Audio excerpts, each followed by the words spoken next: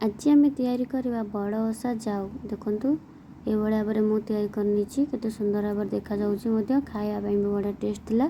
मो वीडियोटा को फुल देखु आए भाव में बनातु एमती लगे मो सह शेयर करूँ।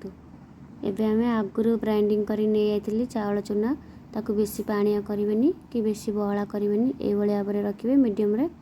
देखो ये भाव में ग्राइंडिंग कर आपन चाहिए भी चूना भी नहीं पारे। तापर मुझे जाइए किछि क्षीर आ काटी रखि नड़िया किशमिश आ गुड़ आ ड्राई फ्रूट्स को आगुरी भाजिक टी रखी थी। नीचे जुआणी चूरिकी नहीं तेजपत्र आउ अदा छेचा। एबे आमर कड़ई गरम हो आसला।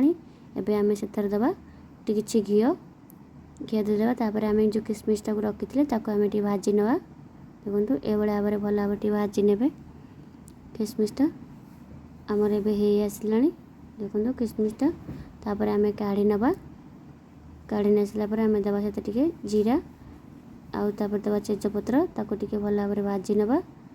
भाजी नेला पर आम देवा पानी पानी तार भाग माप अनुसार आप ने मु गोटे कप खंडे नहीं चाउल से लगी मु 8 कप पानी नहीं ये भाव में पानी दे सारापर।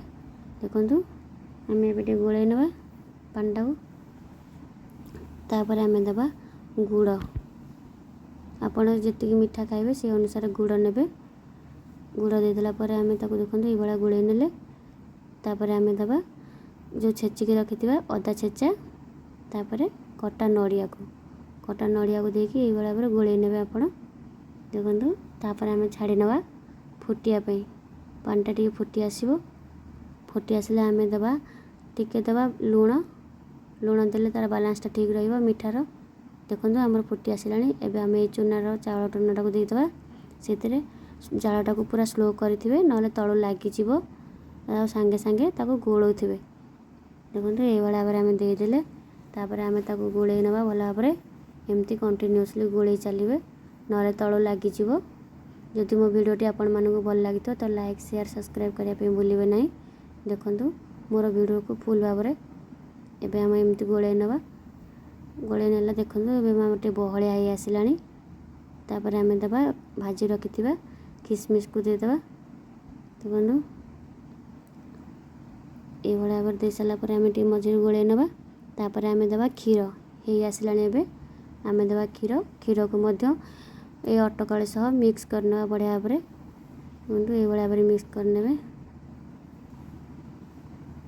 देखो आमर ए हे आसला।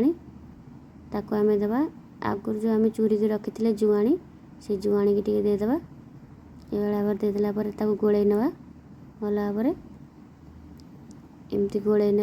एबे देखो आमर प्राय हे आसला